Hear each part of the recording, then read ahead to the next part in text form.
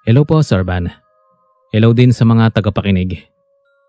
Itago nyo na lang po ako sa pangalang Jenny at nagtatrabaho sa isang company. Last year lang po nangyari sa akin itong ibabahagi ko. Kaya hanggang ngayon, ramdam ko pa rin yung shock at kilabot na naramdaman ko nung time na yon. Nangyari ito nung magkaroon kami ng high school reunion.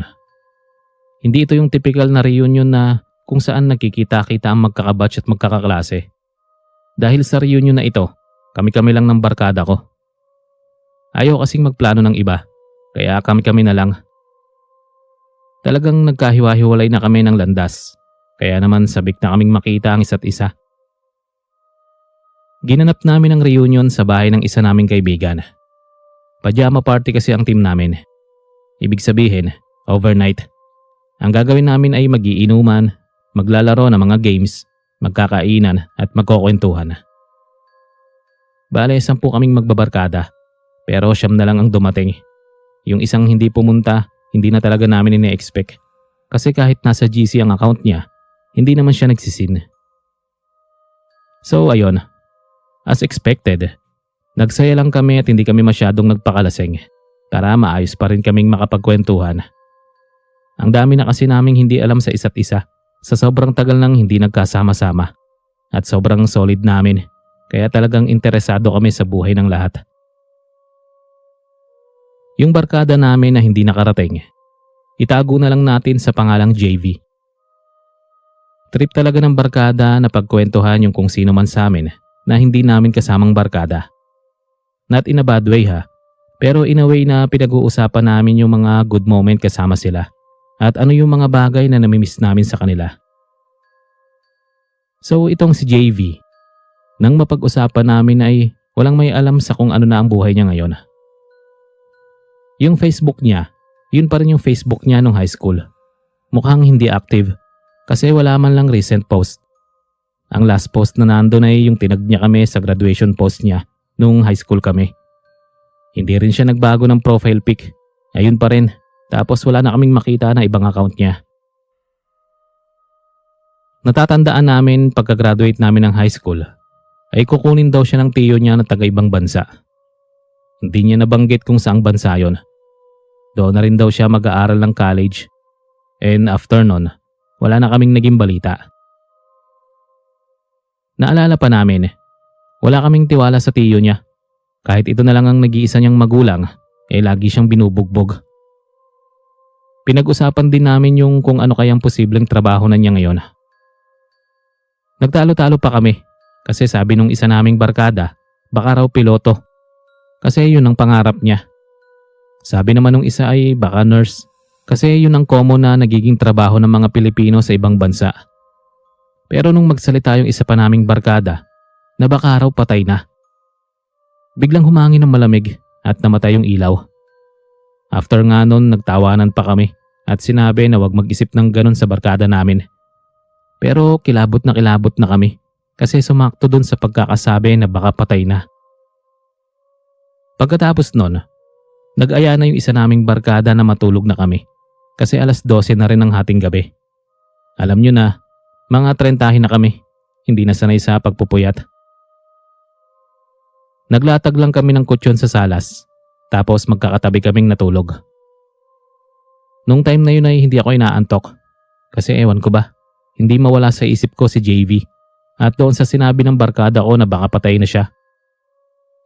Sakto rin na tumawag ang asawa ko kaya lumabas muna ako. Hindi kasi siya nakakatulog nang wala ako sa tabi niya kaya nagtawagan muna kami hanggang sa makatulog siya. Bale yung time na yon ay nakaupo ako sa terrace. Bigla akong nangilabot nang may dumaang itim na pusa sa bubong. Tapos kasunod nun ang paghampas ng malamig na hangin sa balat ko. Tapos may narinig akong paghinga ng tao. Pero wala namang tao doon nung time na yon. Kaya naisipan ko nang bumalik. Kaya lang may nakita akong nakaupo sa may hardin. Kaya lumabas ako. Lalaki ang nakita ko, Sir Van. At agad ko itong nakilala. Likod pa lang, alam ko na agad kung sino siya. Walang iba kundi si JV. So nung time na yun ay iniisip ko na baka kako na late lang siya ng dating. Kaya nilapitan ko at sabi ko, hindi namin alam na darating ka pala. Hindi ka man lang nagsabi.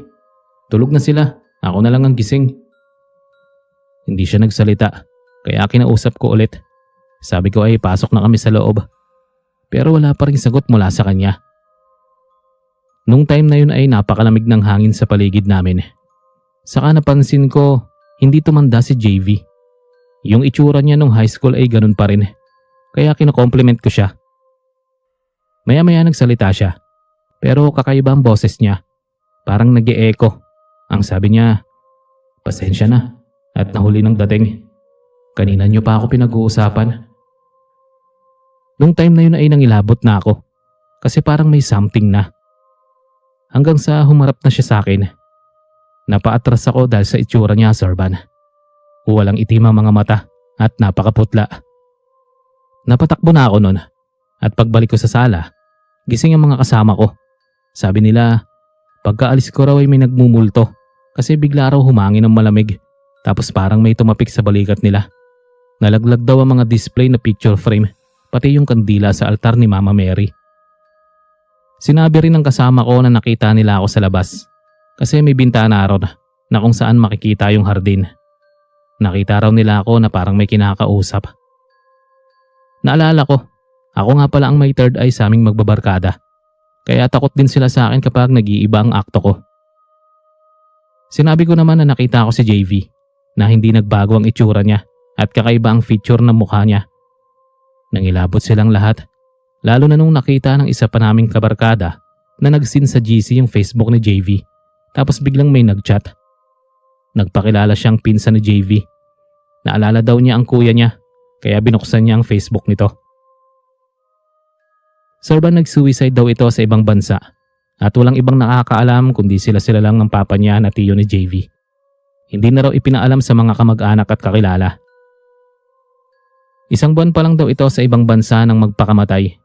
At bawal daw sabihin ng reason. Utos daw ng papa niya. May hinala kami na may kinalaman sa pag-suicide niya ang tiyo niya. Since high school pa lang kami, ay alam na naming very obvious talaga ito sa kanya. Kaya rin siguro nilihim sa iba ay ayaw niyang malaman ng mga taong tungkol sa ginagawa niya. Since kami lang din ang nakakaalam. Kasi nag-o-open up ito sa amin. Wala na kaming nagawa kundi mag-grief sa pagkawala ni JV. May time na nagpapakita pa rin ito sa panaginip ko. At simula nga ng reunion namin, ay madalas na itong magparamdam sa kahit sino sa amin. Next month ay death anniversary ni JV ayon sa pinsan niya. Kaya ang balak namin ay magpamisa kami ng kami-kami lang para ipagdasal ang kanyang kaluluwa.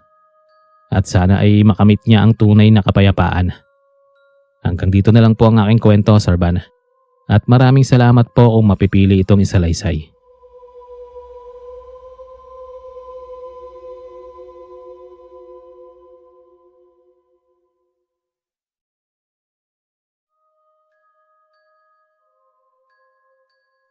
Mapagpalang araw po sa inyo, Sir Van. Itago niyo na lang ako sa pangalang Roxy, 25 anyos. At ang isi-share ko sa inyo ay naganap nung taong 2022. Nanggaling sa pandemic kaya nasanay akong mamili online ng mga kung ano-ano. Isa talaga sa hilig ko ay fashion. Nagtitingin ako noon sa marketplace sa Facebook kasi naghahanap ako ng mga pre-love clothes. Hindi ko alam pero ramdam ko kasi ang gaganda ng mga damit na ibinebenta dito at quality talaga. Medyo kapos ako sa budget dahil working student ako nung time na yon. At para masatisfied ang addiction ko sa fashion, talagang nagre-rely ako sa mga pre-love cloth. Agad akong nag-message sa seller. Isang 20 years old na college student ang nagbebenta. Part-time job daw niya yon para mapag-aral ang sarili niya. Agad kong pinareserve ang pulang dress kasi ang ganda talaga ng style at mga ganun ang bagay sa akin.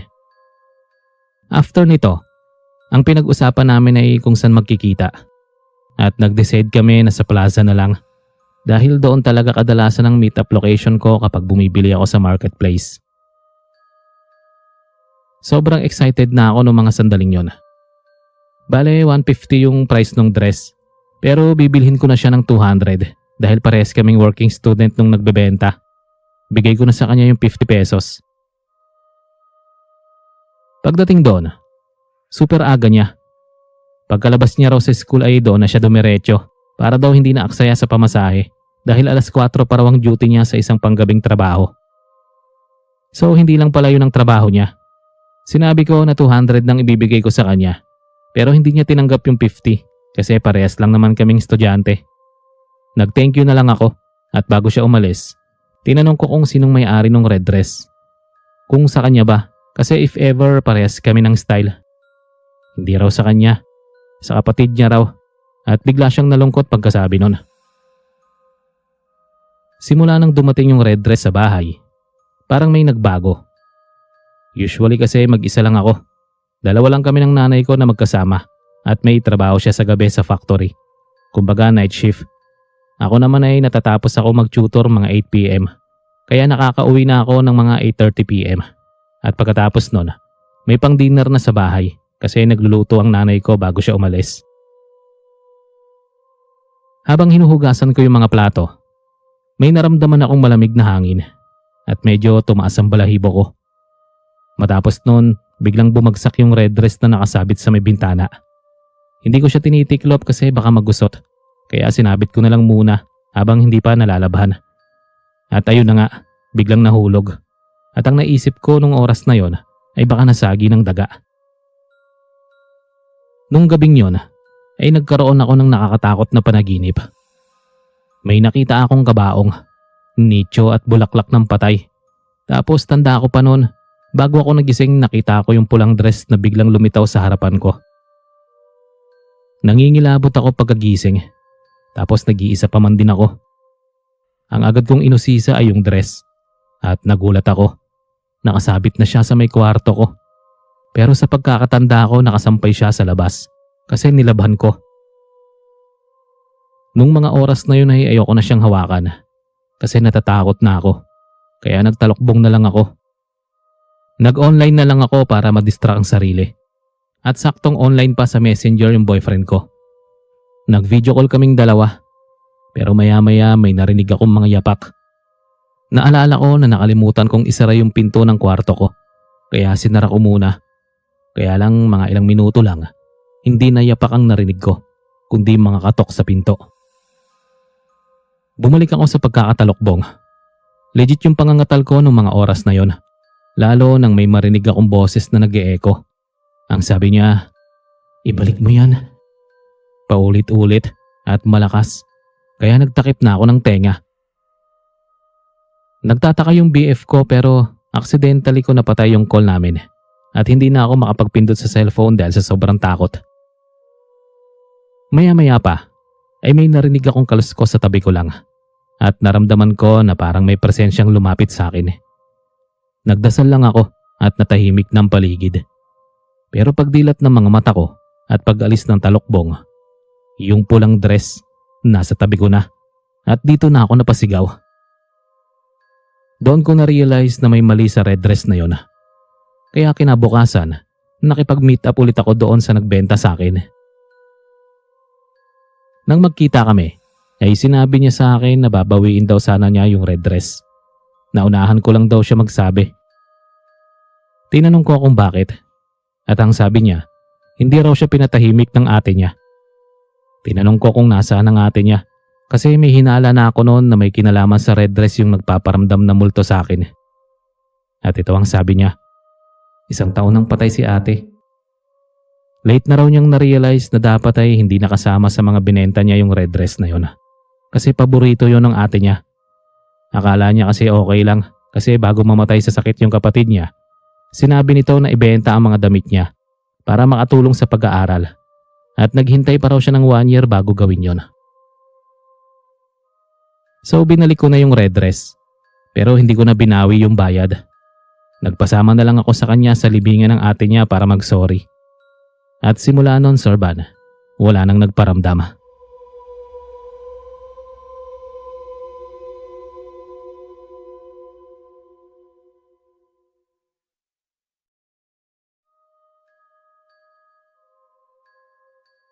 Hello po, Sir Van. Ang pangalan ko po ay Roy. 32 years old na at matagal na tong kwentong gusto kong ibahagi. Bali nangyari ito nung uso pa yung text-mate. Ang cellphone ko noon ay di-keypad na Nokia. Tapos may mga larong snake saka yung Space Impact. Kung ilalarawan ko ang sarili ko noong mga panahong yon, ay isa lang akong simpleng high school student na medyo torpe sa mga babae. Tapos laging binubuli kasi may pagkalampa ako saka hindi marunong lumaban. May isang grupo ng classmate na palaging nantitrip sa akin at mga babaeng siga pa. Naging coping mechanism ko noon ay ang pakikipag-textmate. Tanda ko pa noon, load ko ay 100 na only. Matagal na rin yon. Iipunin ko ang baon ko tapos yun ang pang-load. Medyo uso pa noon yung vandalism kasi hindi pa noon uso yung social media para magparinig. Isa na rin sa sinusulat sa pader ng abandonadong gusali sa likod ng school namin ay mga cellphone number at doon ako nakakahanap ng textmate.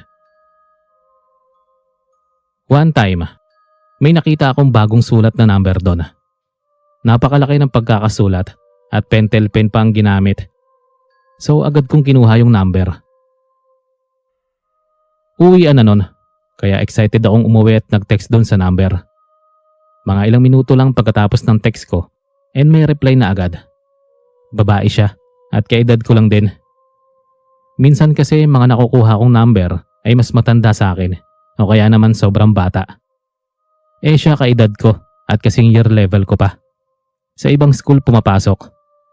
Tapos yun na nga, naging magka-textmate kami. Sobrang saya niya kausap at dumating sa point na natitipuhan ko na siya. Gusto ko na siyang makita at susubukan kong ligawan. Kaya nagtanong ako sa kanya na makipag-meet up. Ang nakapagtataka lang ay sa medyo liblib na lugar niya ako itinuro. Doon daw kasi siya nakatira at gusto niya ako ipakilala sa parents niya. Araw ng linggo yon at nagdahilan pa ako sa parents ko na may project. Pagdating doon, wala pa yung ka-textmate ko. Kaso hindi na siya nagre-reply sa mga text ko. Isang oras din ako naghintay doon nang may makita akong babaeng nakaupo sa may puno. Mukhang kaedad ko. Inassume ko na siya na yon, kaya naman pinuntahan ko. Kinausap ko at na-love at first sight ako kasi sobrang ganda. Parang ang perfect niya. Ngumiti lang siya at lumakad. Sinundan ko naman kasi baka yun na nga yung sinasabi niya na dadalhin ako sa parents niya. Kaso napansin ko, habang naglalakad kami, parang naiiba yung lugar. Kakahuyan siya tapos bigla kaming nakarating sa isang kalsada. Hanggang sa nakarating kami sa isang kakaibang lugar. Kung mailalarawan ko siya, parang isang city sa Switzerland na makaluma. Meron siyang mga castle. Napansin ko rin na yung mga tao doon ay parang walang balintataw, kaya nagtataka ako. Dinala ako ng kasama ko sa loob ng isang castle at napakaraming masasarap na pagkain. Hindi ko rin ma-explain yung sobrang gandang lugar. Parang gawa sa ginto ang dingding at marmol ang sahig. Hanggang sa inabot niya sa akin ang itim na kanin at naalala ko ang sabi ni Lolo tungkol doon. Doon na ako kinabahan at pinawisan ng malamig. Kaya nagdasal lang ako ng nagdasal at bigla na lang nagising ako sa kwarto ko. Sabi ng nanay ko ay nakita raw ako ng tiyuhin kong nag-uuling doon na nakahiga at natutulog. Tapos hindi raw ako magising. Pero alam ko ang mga nangyari. Hindi ako tulog ng time na yon at hindi ako nananaginip. Saka ba't naman ako makakatulog na lang ng bigla doon? At nang ilabot ako sa sinabi ni Lolo, baka raw sinubukan akong kunin ng engkanto at mabuti na lang daw hindi ko kinain yung itim na kanin. Matapos noon nilagnat pa ako at hindi matukoy ng doktor ang sakit ko. Tapos lagi ko napapanaginipan yung babae na nakita ko sa lugar na yon. Pinipilit niya ako na sumama na sa kanya. Halos gabi-gabi rin akong binabangungot. Ipinaalbularyo na ako ng nanay at lolo ko.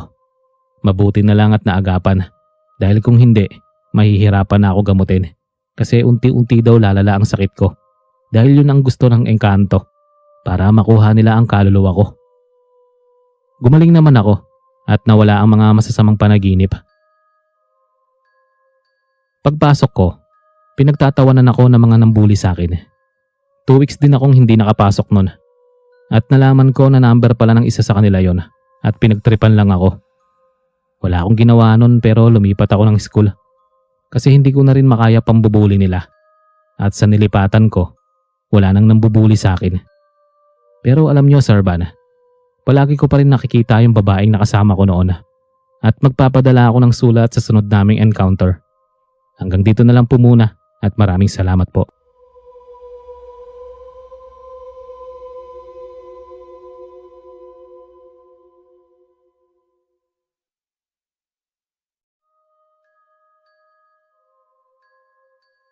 Mapagpalang araw po sa inyo, Sir Van. Mapagpalang araw din po sa lahat ng mga nakikinig. Ako po si Mark at ang kwentong ibabahagi ko sa inyo ay nangyari 10 taon nang nakakalipas, kung saan ako ay bago pa lang na nagsisimula sa aking karir. Tubong probinsya po ako. Dito po ako nagtapos ng elementary hanggang high school.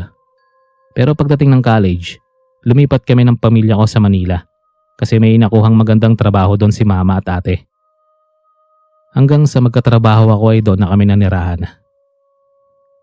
Marami akong bagay na naiwan sa probinsya, kagaya ng banding namin ng mga pinsan ko sa ilog at yung pamimingwit namin ng isda na ginagawa namin tuwing walang pasok. Sa barangay kasi namin, doon sa probinsya, ay halos lahat doon ay mga kamag-anak namin, kaya napakarami kong pinsan. Maganda rin ang samahan at walang iwanan. Kaya naman kapag nagkakasama-sama ay para kaming isang barangay sa sobrang dami. Isang araw ay bigla kaming pinauwi ni tita sa probinsya. Nakaratay na raw kasi si Lola at sa kondisyon ng katawan niya mukhang hindi na magtatagal. Gusto na raw niyang makita at makausap ang lahat ng kanyang mga anak at apo. Dahil mga isang araw ay pipikit na lang ang mata ni Lola dahil hindi na kaya ng katawan nito ang sakit niya. Siyempre, hindi mawawala sa pagbabalik namin doon ang meet-up naming magpipinsan. Marami na rin kasi sa amin ang permanenteng hindi na doon nakatira dahil nakahanap na ng trabaho sa kabayanan. Sa ilog namin na pagdesisyon ng magbanding, kagaya ng nakasanayan. As usual, maghapon lang kaming nag-swimming, kainan ng mga inihaw na isda at karne, kamustahan at kwentuhan tungkol sa nakaraan. Nagpaabot na rin kami ng gabi doon dahil gusto namin mag-bonfire. May mga dala kaming tent dahil doon na rin kami matutulog. Panigurado kasing malalasing ang iba at mahirap nang umuwi. Nung simulan namin ang bonfire, ay doon na kami nagsimulang makaramdam ng kakaiba. Nakaupo lang ako sa gilid noon habang nakikinig sa kwento ng pinsan ko. Pakiramdam ko ay kanina pa may taong pabalik-balik sa sukulan na hindi kalayuan mula sa amin. Natatanaw kasi ng sulok ng mga mata ko na parang may taong naglalakad doon. Hindi naman ako matatakutin, pero hindi na ako makatiis. Nagpaalam ako sa mga kasama ko na iihi lang saglit. Pero ang totoo, bukod sa iihi, ay mag-uusisa ako. At ayun na nga, habang umiihi sa sukulang yon, ay napansin ko na may isang tao na dumaan ng napakabilis. Halos hindi na ito mahabol ng mata ko dahil sa sobrang tulin. Dito na ako nagsimulang kilabutan, kaya hindi na ako nag-usisa. Pero sa aking paghakbang, may narinig akong hikbi ng isang babae. Hinanap ko kung saan yon, pero hindi ko makita.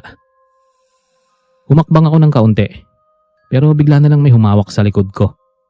Pero paglingon ko, pinsan ko lang pala.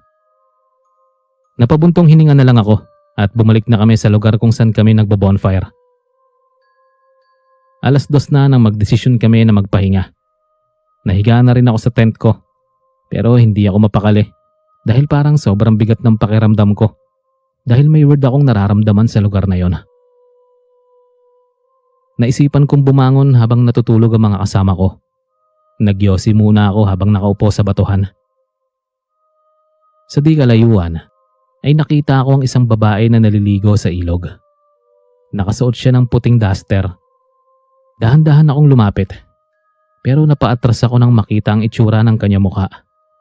Nakalubog ang mga mata at may napakalaking sugat sa mukha. Dahan-dahan siyang lumapit sa akin, Sir Van. Pero napansin ko na parang hindi sumasayad ang kanyang paa sa ibaba. Sa sobrang takot ay napatakbo na ako. Hindi ko maiwasan ang kilabot kaya nagtatakbo na ako pabalik sa tent. Pagpasok ko sa loob, ay tanaw ko pa rin ang kanyang anino. Kaya naman nagtalokbong na ako ng kumot. Paulit-ulit ako nagdasal hanggang sa tuluyan nang mawala ang presensya ng dalaga. Simula noon ay madalas ko na siyang makita sa panaginip ko. Habang tumatagal ay mas lalong nagiging nakakatakot ang kanyang itsura. Medyo magtatagal pa naman din kami doon. Mga 1 buwan, kaya hindi ako pwedeng umuwi. Hindi ko rin sinasabi sa mga kamag-anak namin o kay mama ang aking na-encounter.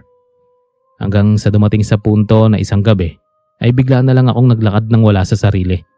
At nang bumalik ang aking wisyo ay nandun na ako sa ilog. Nandun yung dalaga at nakatingin lang sa akin.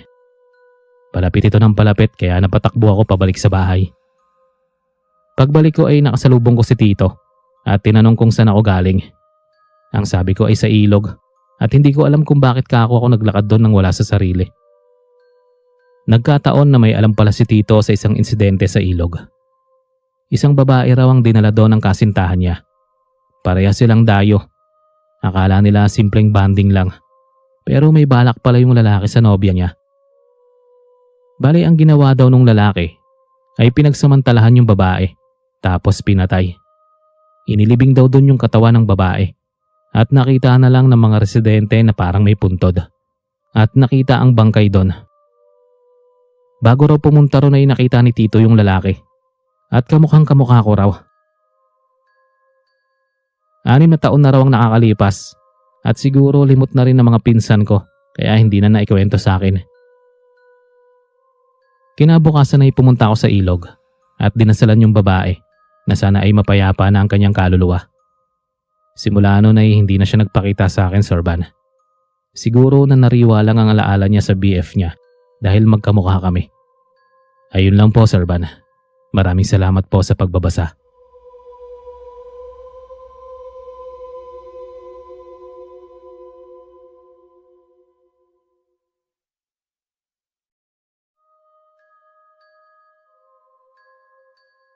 Magandang araw po, Sir Van, at sa lahat ng tagapakinig.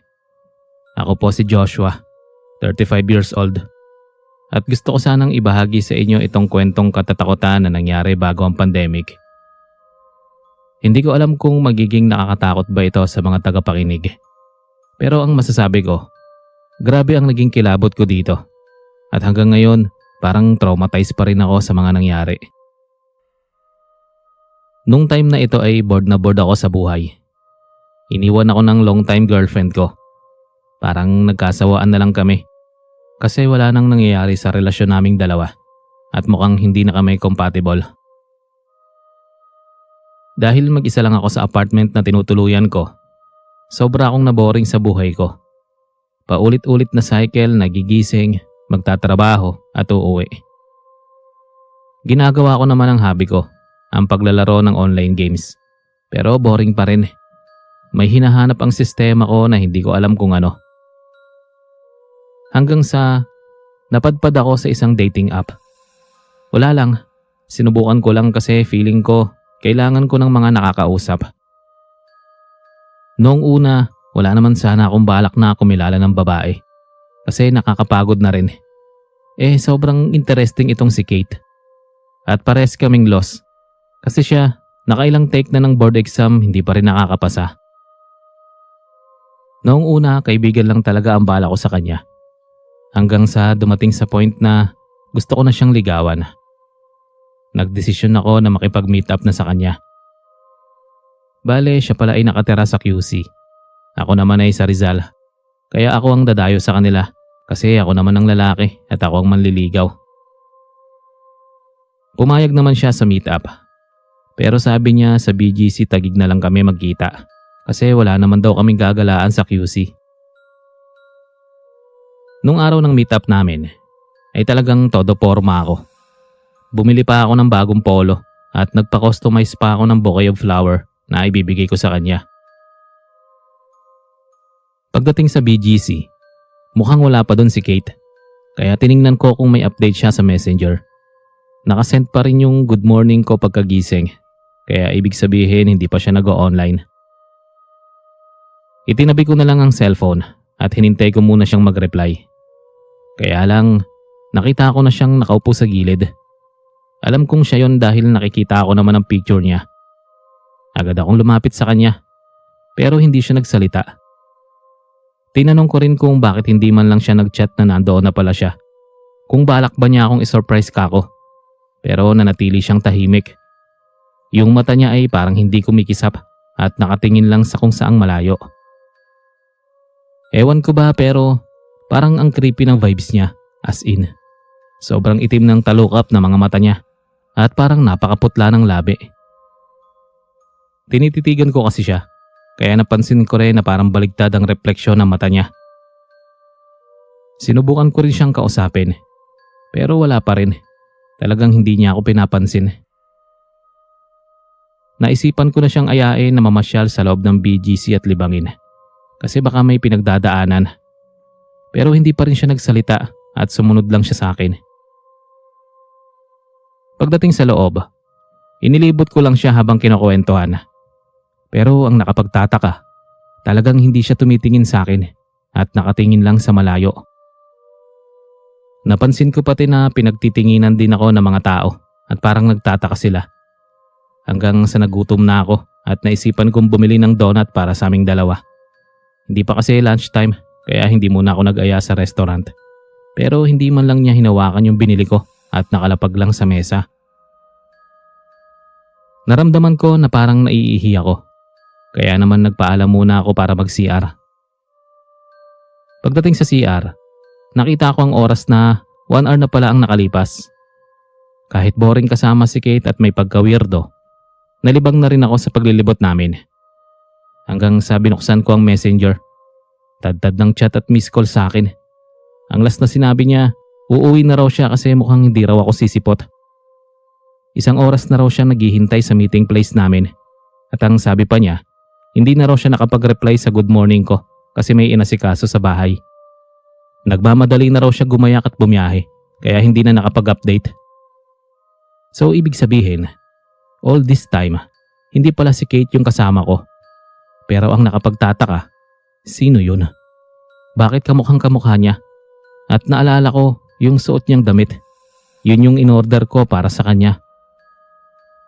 Kung alam nyo lang para akong matatae ng mga time na yon. Sa sobrang kaba at nerbiyos. Agad akong lumabas sa CR at tumakbo sa kung saan ko iniwan yung kasama kong Kate. At wala na siya doon, Sir Van. Pero nandoon pa rin yung pagkain. Noon ay naiintindihan ko na kung bakit ako pinagtitinginan. Baka hindi nakikita ng mga tao yung kasama ko. Meaning to say, hindi talaga yun si Kate, kundi doppelganger lang niya. Sa pagkakataong yon, nagchat ako kay Kate. Pero puro sent lang ang message. Hinayaan ko na lang na hindi na kami mag-date. At ewan ko rin ba, sa sobrang kaba at takot ko nung time na yon, dumiretso ako sa bus station at umuwi na lang. Hindi na rin ako nakapagbukas ng phone kasi sobra ang naging nervyos ko.